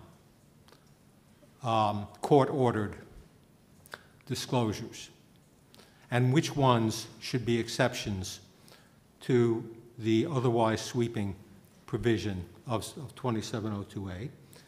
And what Congress said was, well, we're limiting it to court-ordered disclosures to the government. They didn't say all court-ordered disclosures. They could have. They didn't say court-ordered disclosures in criminal cases where other constitutional rights are at stake, or any sort of variant of that. Now, this may, I understand, in a particular case, this may raise constitutional issues. Most likely they are as applied, if they're raised at all. I understand you could make an argument that it's on its face, although that would be a much more difficult argument. But as a pure textual matter, those things that I've pointed to make it hard for me to accept the interpretation that this only applies to voluntary communications and doesn't apply, and is really focused just on the government. I think that, so as to That's the first, my difficulty. as to the point that 2702 applies not to the government, but to other people, I mean, I think that the idea that Congress would be interested in preventing providers from voluntarily disclosing contents of communications to individuals other than the government is not surprising or inconsistent with its history. I mean, I think that there's plenty in the legislative history that talks about, obviously, users' privacy and sort of the access people can have to information. I think that there is nothing in the legislative history that anyone has found so far that talks about what happens when there are constitutional interests affected by the right to information. But why does it have to be there? We don't even look at the legislative history if, two aspects, I have two rejoinders to that. One, we don't even look at the legislative history if the statute's clear. But two, if the legislative history is silent on that particular point and the statute is clear or clear enough, which way does that cut? I think if the legislative history is silent. I don't know that a silent legislative history actually can be used to help you. I think it can when we're talking about curtailment of information under Nixon, for instance, and when we're talking about repeal by implication of compulsory process rights. I mean, we're in the land of gauze, right? And both of those things are intensely disfavored. And I think that what the Supreme Court and this court have said is that when you're going to constrain pre-existing rights, in which here, the compulsory process right, legislatures have to speak very, very clearly, and it will only be, it's only appropriate to see these things where there's a very, very clear interest on the other side. And I think that a notice interest, which is all the government can really point to here, and all that Facebook is really pointing to here, is just not enough to outweigh. There are other ways to solve that problem than to completely. It's not a cut notice. off. Notice is an end. Notice is merely a procedure to an end. The interest is protecting privacy. Well, but I think that I think that everyone has acknowledged that user privacy is not really the motivating interest here. There is a privacy concern, but there is no privilege in these communications. They're not privileged communications. It's a procedural protection because there is no privilege here in the actual ultimate communications. The individual, the account holder, the author of these communications would have to disclose them in response to a subpoena in most cases. So I think— Well, not necessarily. Not necessarily, but in many cases. And so I think that as I'm understanding some of Judge McLeese's questions, conceiving of this more as a procedural right or procedural interest in notice in the service of general privacy, but not a protection of a privilege, it leads to a much lighter interest on the other side of the balance and really weighs very heavily in favor of a clear statement that's needed. If I could respond to the rest of your questions about the text. The idea that including 2703 among the exceptions supports an interpretation that if it weren't included in the exceptions, 2702A would make it illegal to comply with 2703, I think would lead to an internally inconsistent reading of the statute. I don't think I think a better and more logical reading of the statute is that this is a list of situations where Facebook may comply or where a provider may comply. I don't think that turns what is a broadly, generally applicable statement into something that is clear enough to warrant constriction of access to information. In some of the exceptions, they have no choice, right? They have to comply. Yes. In some, it appears that it's within Congress's power to say to the United States Attorney, thou shalt not subpoena or get warrants or any other court order to obtain Facebook's documents, Facebook's communications held by Facebook. Congress could say that. And 2702A seems to say it, but for the exception 2703. And I think in this point, I'd like to refer the court to the three cases that we cited in our 28K letter. I think that Public Citizen, I think that Holy Trinity Church is very important. That is a very dicey case to rely on. Well, but all right. Yes, I understand. There are many aspects of it that are unsettling and I think would probably not emerge in an opinion these days, I hope. Before you go thematically that way, just back on the nuts and bolts of the specific point, I'm still not quite sure I understand. I took the gist of Judge Glickman's question to be, if you were correct that 2702 is limited to voluntary disclosures, then there are provisions in 2702B that don't belong there because they are references to required disclosures, and they shouldn't be there. They're out of place on your understanding of the statute, and I'm not quite sure I've heard a concrete response to that concern. I think that the problem in this case, to be quite honest, is that Congress wasn't thinking about criminal defendants at all when they wrote this statute. I think that they were not thinking about Fifth and Sixth Amendment rights, and I think that the result is a statute that is murky and it could, if literally applied, extend to a whole variety of communications that criminal defendants have traditionally been able to subpoena. And I think that— Can I ask you, on the kind of constitutional compulsory process concerns that you raise, which are obviously a well-settled canon of construction, and the question is how much weight it carries in this setting, which requires some kind of an inquiry, I guess, into how frequently constitutional issues would arise, how serious they would be. And so the question I have is, the statute has been on the books for 30 years. So far as anybody's been able to tell, no court other than the trial court here has interpreted it as permitting criminal defense subpoenas. So if the operation of the statute in that way was creating, in the real world, serious constitutional problems, you would think we would have reported cases where criminal defendants said, look, the judge wouldn't allow me to subpoena this information. I couldn't get it any other way. I did not get a fair trial, overturn my conviction. And I don't see any case law like that. So what do you attribute that to? I mean, I attribute that to a couple of things. I think first, 1986 was like eons away in terms of the development of the internet and the rise of social media. And so I think that I think it didn't really foresee the types of information that people were going to want or turn over to storage companies. And so I think that it has only been, in the last 15 years or so, not even, that has been a thing that exists in the world. And I think that, the scant authority in this realm, I think reflects several things, but what I think it does not reflect is an unwavering understanding and well-litigated and analyzed interpretation of the statute. I think that in none of the cases, specifically most of this stuff is happening in, most of this litigation is happening in the civil context. And I think that, as Nixon sort of illustrates, when you're in the land of criminal cases, the constitutional implications, I think, add another layer of importance that have to be taken into account. Your broader theory, which is 2702 is all about voluntary disclosure, would seem to dictate the same answer for civil subpoenas as for criminal subpoenas. But it sounds like you're suggesting a fallback argument, which would be even if that construction of 2702 has problems, that one could carve out and say, look, what many courts have said in the context of civil subpoenas has been much less frequently litigated on the criminal side, and there are distinct issues there, including compulsory process, and there might be some narrower ground on which to rule in your favor. Am I getting the drift of a possible fallback argument, or am I misconstruing your comments?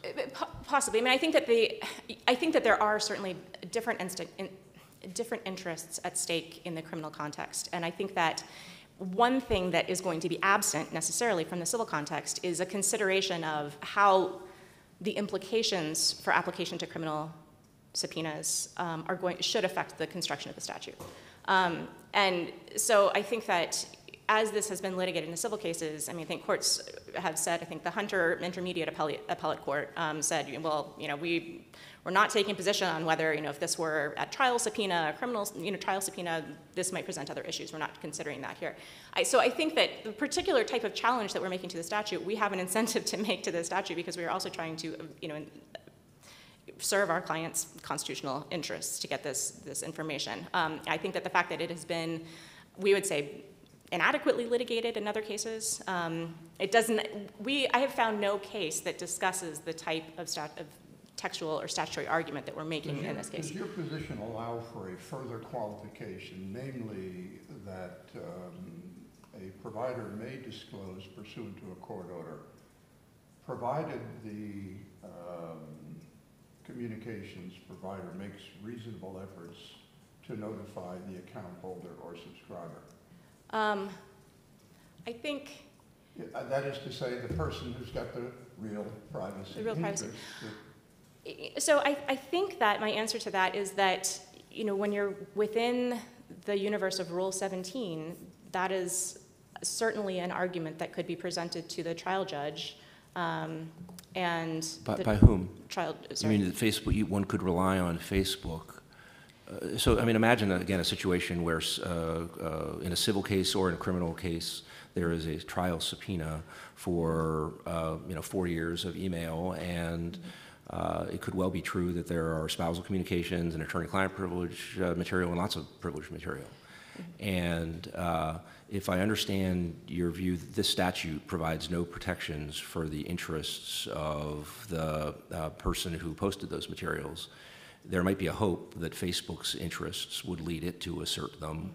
Maybe there would be a hope that the trial court sua sponte would start having concerns and exercise discretion to bring that party in. You can't necessarily rely on the United States, depending on what view one takes about the extent of a defense right to keep defense strategy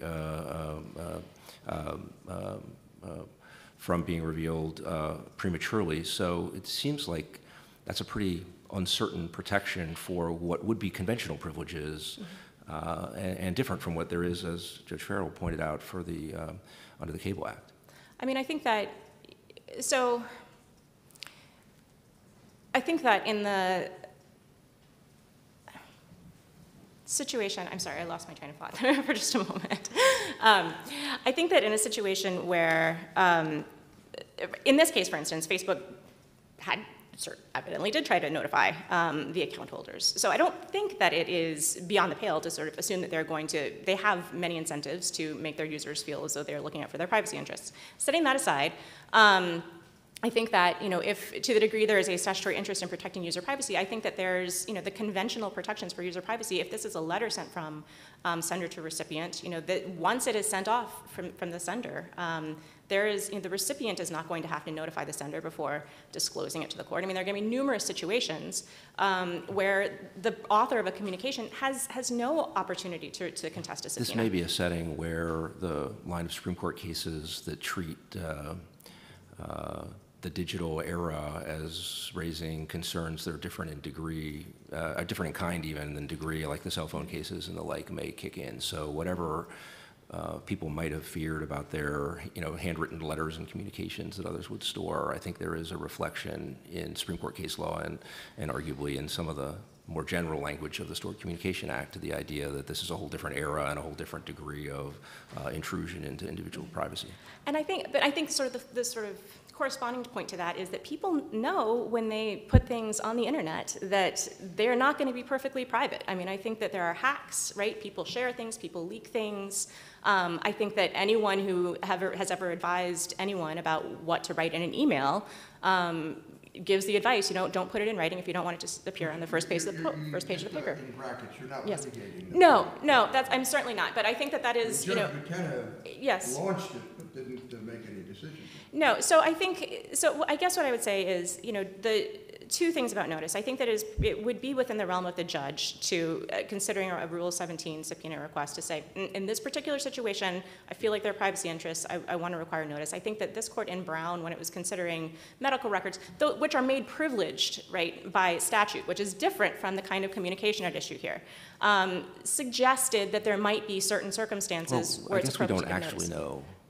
I guess we don't actually know whether any of the specific communications that would be disclosed if there were compliance with the subpoena would or would not fit into some kind of a classical privilege. We don't really know. We don't know. We don't know. But I guess my point is that the SCA does not purport to make electronic communications privileged, right? And no user of electronic media goes in with the notion that what they're conveying to the internet is going to be protected from disclosure for now or forever and ever, especially from subpoena, right, where you have a judge who's deciding this meets the criteria. You can't get it from somewhere else. It's evidentiary. It's relevant for trial, right? There are all sorts of requirements that need to exist in this case. So I think that, when you're looking at notice, perhaps there's a way to read this and find a requirement that these subpoenas have to have an element of that. I think that in this case, I will also point out, however, that the Fifth and Sixth Amendment interests at stake can be jeopardized by that. Could I ask you about that? Because your defense of your interpretation of the statute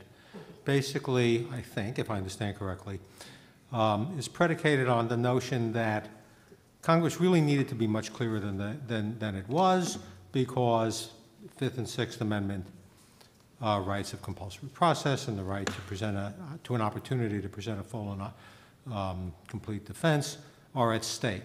Yes. And yet, you've refrained from arguing that the proffered interpretation by Facebook and the government would be unconstitutional, either facially or as applied. Now, you may have reasons for doing that, and you may feel that, well, sufficient unto the day thereof, whatever. But let's just take the case that you've put forward in your briefs. You claim, let's assume it is true as a factual matter, that there's really important stuff in the Instagram, in the contents of the Instagram account of Dcca. And there's just no way to get at that really important stuff to the defense without getting it from Facebook. Now, there's a factual dispute about that, but let's assume for the sake of argument that that's true, and you've established that to the judge. Now, the judge has other remedies, it's been pointed out, that can be utilized. But is it your claim that indeed it's not just that this would raise a constitutional question under the Fifth and Sixth Amendments to interpret the statute the way Facebook and the government say it should be interpreted, but that it would result in an unconstitutional application or an unconstitutional statute? It's an argument you've, curiously to me, refrained from making, but it seems to me that unless you can really make that argument and make it with considerable force, it's hard to again, for me to see why we should interpret the statute the way you want to make it. Now, the government says the statute's constitutional even if, and I think this is Facebook's position too, even if it's interpreted, even if you don't have the opportunity to get that information otherwise. But this is really the heart of the issue, isn't it? I think that is certainly a very large part of our argument, that the inability, that the statute, when you don't know who the account holder is, then this statute absolutely cuts off your ability to criminal defendant's ability to get to that information. And I think that that certainly has the potential to be a direct constitutional violation. I think in this case we have stopped short of that because we think that this interpretation of the statute itself should resolve this question. And Well, we think that you stopped short of it in this court. In the trial court, I understood you yes, to correct. raise No, it for that's true. We've chosen to focus on the statute in this case, and I think that the concerns, the very strong concerns about constitutionality of the statute kind of play in through the constitutional avoidance argument. But you see, my problem is I don't know if I have a very strong concern about the constitutionality of the statute. Well, give me one. So, okay, so this is information that a Superior Court judge has determined meets the criteria of Rule 17 and Nixon. That it satisfies that standard, so that this is evident. It's a criminal trial subpoena. I don't regard, by the way, as an aside, well, maybe I shouldn't say this, but I don't know that I regard the Rule 17C standard as interpreted by the courts as being all that elevated, but whatever. I mean, that's it. I think that it has not been contested. Material and useful information. It's material and useful information that we can't get otherwise by exercise of due diligence, right? So those are those are standards that I think are. Let's say you even made a case better than that standard. Okay. So, supposing we did. I mean, this is information that we need, and our Sixth Amendment compulsory process right Rule 17 vindicates our Sixth Amendment compulsory process right, and our right to confront our witnesses. The government is saying that Dre Day was all about Jordan Wallace, about crossing him. I don't know where, maybe it was Facebook who said that. I don't know where they got that notion. That has never been something we have argued in this case. Dre Day's Instagram account was disclosed to us by the government, and we want that, but not necessarily to contribute to the cross of Jordan Wallace. So I think this is something that, there's not, this is something that is material and favorable to our defense. We have a right to this information. There is no countervailing interest that outweighs that in this case, especially where Facebook has actually tried to notify these individuals, right? I think that there's not a notice problem. There's nothing preventing Facebook from notifying these individuals. We have been unable, and we can't get to that information except through Facebook. Dre Day's interest in privacy does not count as a countervailing interest? Dre Day, if we knew who Dre Day was, Facebook is saying we could subpoena Dre Day directly. We don't know who he is. So I think, no, it's not his privacy interest that's the problem here. It's the fact that he can't be notified about it. And I think that, even if he could be notified, I don't think that there's, a basis for curtailing our ability to access that information. And so without it, I think that this statute reaches absolutely protected and necessary information and interferes with our right to present a defense, interferes with our right to be able to confront witnesses, and interferes with our right to compel the production of favorable material and evidence for use at trial. Suppose you made that to the trial court, that argument to the trial court. Is the trial court's only acceptable constitutional remedy to declare the statute unconstitutional as applied? I think that what the trial court did here was the proper course, and the trial court said, I'm not going, if the statute means that. What the trial court said is Marbury versus Madison, Davis v. Alaska, this is unconstitutional to. I respectfully disagree, Judge Glickman. I think the trial court cited Clark versus Martinez and said if the statute is read that way, it would interfere with its constitutional rights, so I'm not interpreting it that way. Well, I'm not sure the trial court said I'm not interpreting it that way. Right. I found the trial court's order pretty ambiguous as to whether the trial court was adopting construction under the doctrine of avoidance or whether the trial court was saying this would be unconstitutional under these facts and therefore I'm not giving effect to it, which really sounds more like it was a constitutional ruling.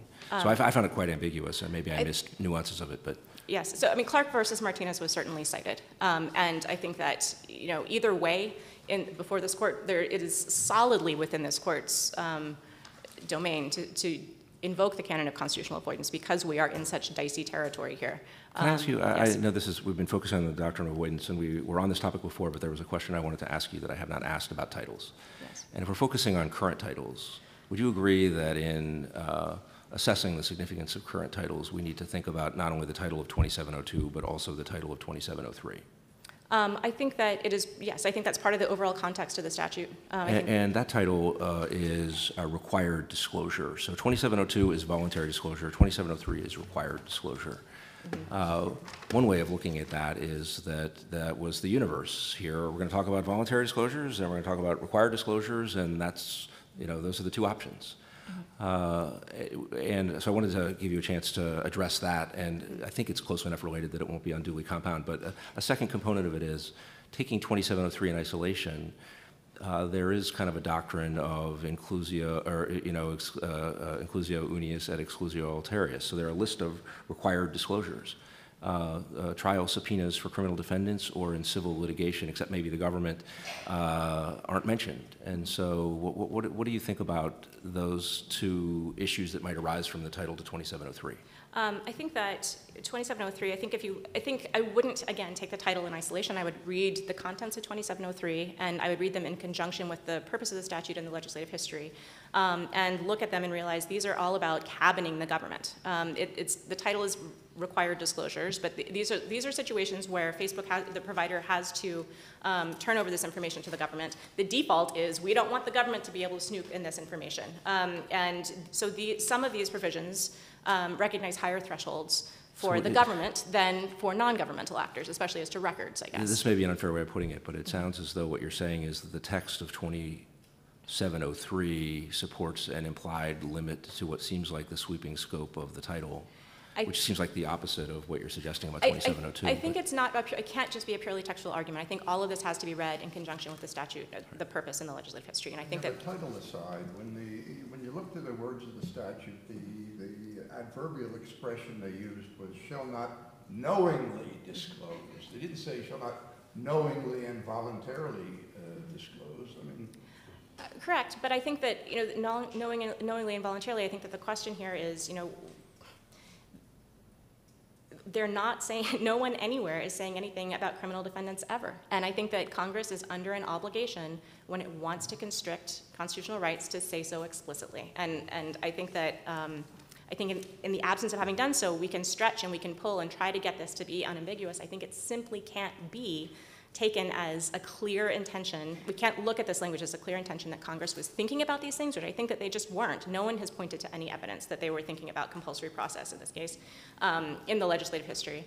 And we can't infer that they were deliberately taking this on. I think that the absence of a clear express statement, as we see in other statutes, is very, very damaging. And I think I think ultimately it undermines Facebook's position. I think Well, that it's certainly true that when they wanted to provide for this kind of disclosure, they knew how to use the words, didn't they, in the Cable Act?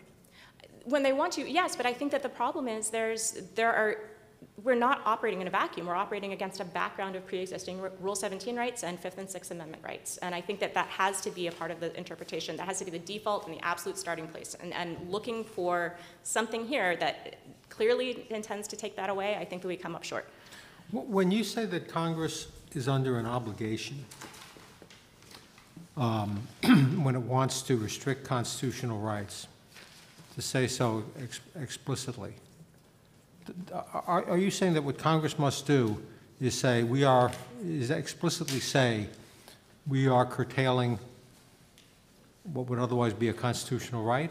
I'm wondering about the breadth of this statement you just made. I think what needs to happen is there has to be some sort of express statutory indication that this applies not only to voluntary disclosures, as the title sort of suggests, right? There's obfuscation within the text of the statute. If the title were not there, would you have a leg to stand on?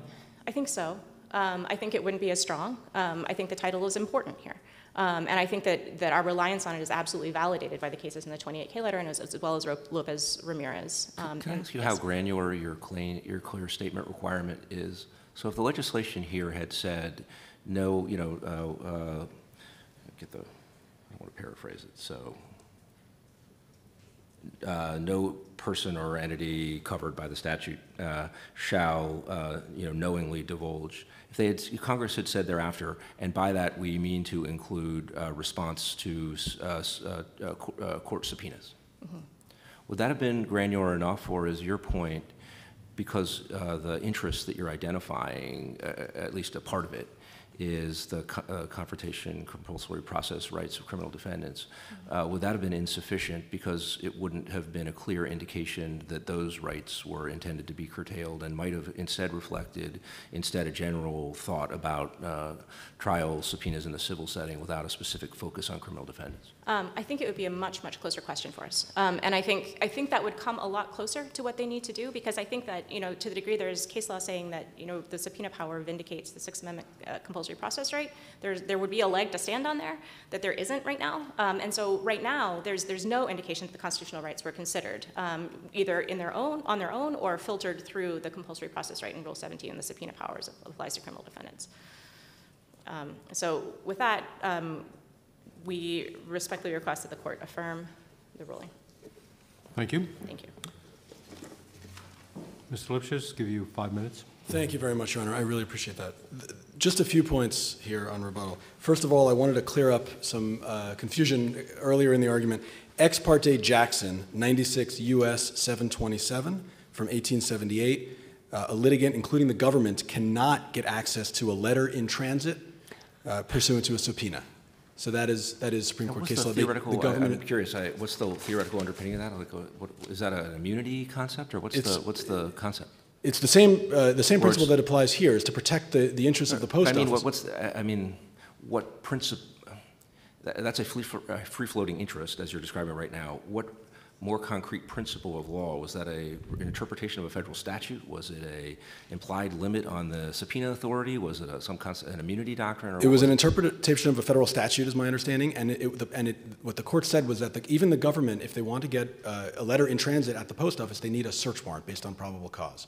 And that was interpreting a statute of Congress, very similar to the statute at issue here, where the purpose was to protect the privacy of communications other than where somebody can subpoena the sender or the recipient. And the California Court of Appeal explained in the O'Grady decision, and this is a quote from the California Court of Appeal, it said, litigants are, quote, no worse off than before. It only and before, what they meant by before was before the advent of electronic communications, when people were writing letters and making phone calls. It only means that the discovery must be directed to the owner of the data, not the bailee Why aren't they to whom worse it was off? entrusted. I mean, letters are in transit, and that's one analogy to the digital world. I assume a very transitory one relative to what Facebook and social media are doing. But they're also stored for a long period of time, and so that seems more like letters that are in bank safety deposit box are held by third parties. And so why is the in-transit piece of it the main analogy that you think we should be focused on? Because that's exactly what the legislative history supports from the Stored Communications Act. What the Stored Communications Act, part of what it was trying to accomplish was to prevent government access without probable cause to contents of communications. And part of what it was trying to accomplish was the advent of electronic communications, and it wanted to make the protections for those communications equivalent to the protections for other types of communications, letter writing, phone calls. Well, right, so, I mean, a stored letter is a form of communication that is quite analogous to a stored piece of electronic information. So I'm just not sure. There are a lot of different analogies where the prior law might have varied quite a bit about what you were or weren't allowed to do. well, I think stored letters, if the communication is years old and the letter's stored in a box somewhere, I don't know. That presents a different situation from what we have here. But the point is that the very existence of electronic communications, by definition, require there to be an intermediary. It requires there to be some server on which that communications resides while in transit and thereafter. And the point was that Congress did not want people to go to that stored communication, literally the stored communication, as opposed to going to the sender or the recipient, as they used to do for discovery of letters and other phone calls. In transit. In transit, that's right. Point number two, our argument is not that notice to the subscriber or to the account holder is enough here. Notice is plainly not the standard. The statute itself requires consent, express consent. So notice is a necessary step to consent, but I want to reiterate, notice is not the end goal. No, the end goal is consent. I understand your point that the statute as written is not consistent with a regime that would permit subpoena with notice. I guess the question I was trying to ask was slightly different, which is, in what respect would such a regime be inadequate to protect the interests that you infer Congress was trying to protect? A regime in which notice was required. And one was identified, which is sometimes you can't give notice, yes, even when you try. So I have that one, and maybe there are others. I just was... Well, sometimes, I think that's the primary one. Sometimes you can't give notice. I mean, the information that Facebook has, remember when you sign up for a Facebook account or email account, you're not required to even say who you are. You're required to sign, you sign up, you get an email address. You use a computer that has an IP address, and people can find out who you are by going to the ISP provider and finding out who's using that IP address, and that's the information that the defendant has here. You know, the defendant here talked about the difficulty of finding out the name of the account holder. All he had to do was ask Mr. Wallace while he was on the stand, hey, by the way, do you know who owns the Dre Day account, the Instagram account? They never asked that question.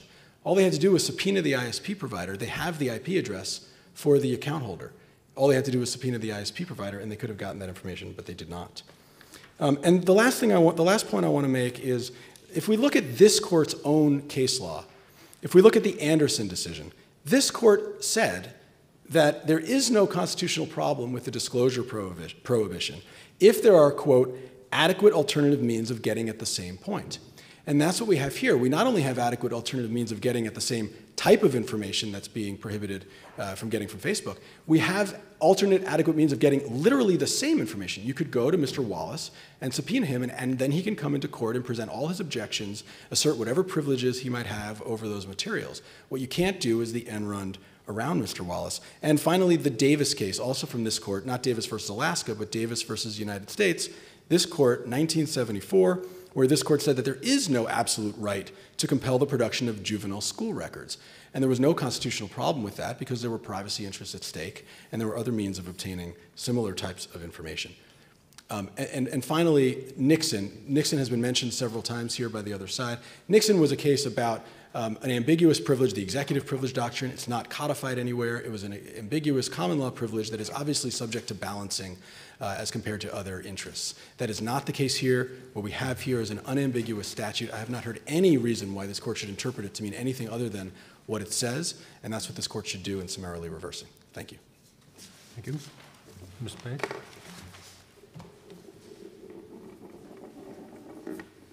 Take 3 minutes. Try. The plain language bars disclosure. There's no ambiguity that anyone has pointed to. The statute is not at odds with the legislative purpose because the legislative purpose does not say that Congress wanted criminal defendants or civil litigants to be able to obtain the contents of communications by way of a subpoena directed to the service provider. The title does not suggest that that was Congress's intent either, if the title means anything, given that it was enacted in 2001, 15 or 16 years after the statute, when the broad prohibition in 2702A didn't change. I think that Appellee's argument is that, look, there's every reason to think that this just wasn't on Congress's mind. They just weren't focusing on this issue and the constitutional implications for criminal defendants. And this court should apply a principle of interpretation in construing the statute along the lines of Congress is under an obligation when it wants to, or when it is going to. Obviously, if it the point is they don't think it wanted to. But when it's going to restrict constitutional rights, to say so with sufficient explicitness. And their argument is that mere silence on the point, leaving aside how much explicitness is necessary, mere silence on the point is not enough to allow a court to uphold that or to adopt that kind of interpretation. I guess is really because we're in statutory interpretation area. How do you respond to that? So other than the canon of constitutional avoidance, I'm not aware of a legal principle that would articulate, that you either have plausible ambiguity, two alternative meanings, which we do not have here and can employ the canon of constitutional avoidance, or the question is the statute unconstitutional, either as applied or facially? Well, there are areas of law where the Supreme Court has, as a matter of its interpretive authority, required clear statement. I mean, that's not an innovation in statutory interpretation. Then when there's a sufficiently strong interest, sometimes states' rights, for example, the Supreme Court has said, look, we're going to require that Congress be very clear before we're going to take what otherwise might seem like language that would mean that, and we're going to require that it be stated clearly. Now, there's a question of what all clarity requires and what degree of concreteness or specificity. But that's not an innovation in statutory construction. Congress did use clear language here, and if you were to, say maybe clear language was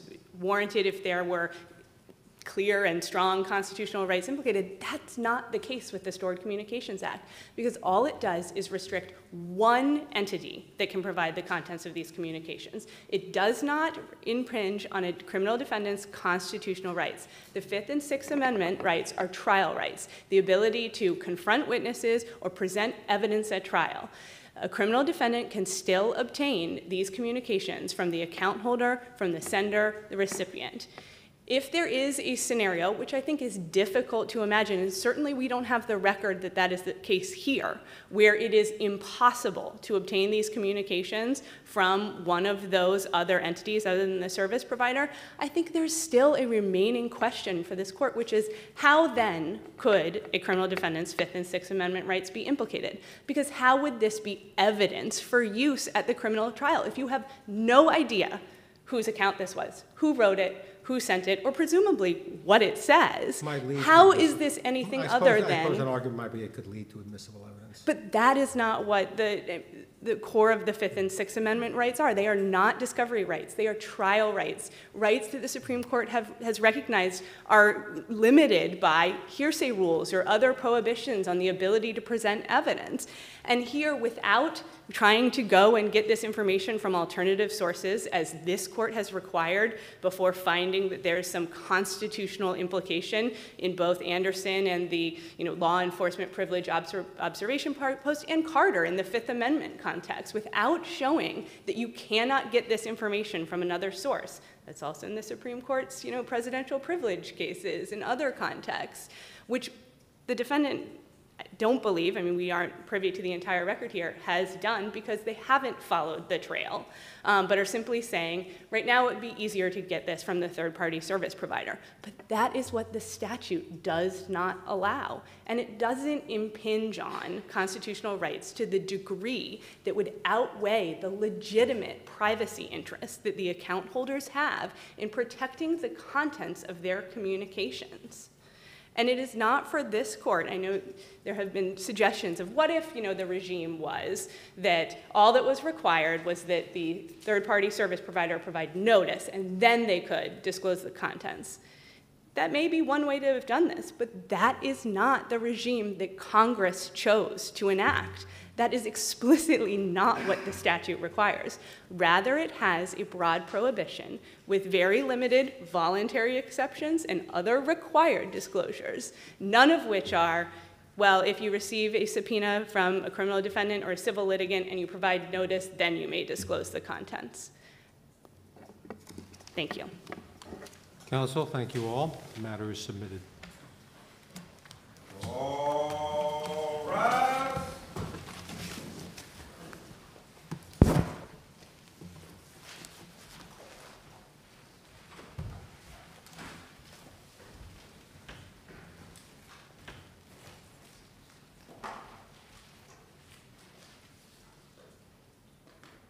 This honorable court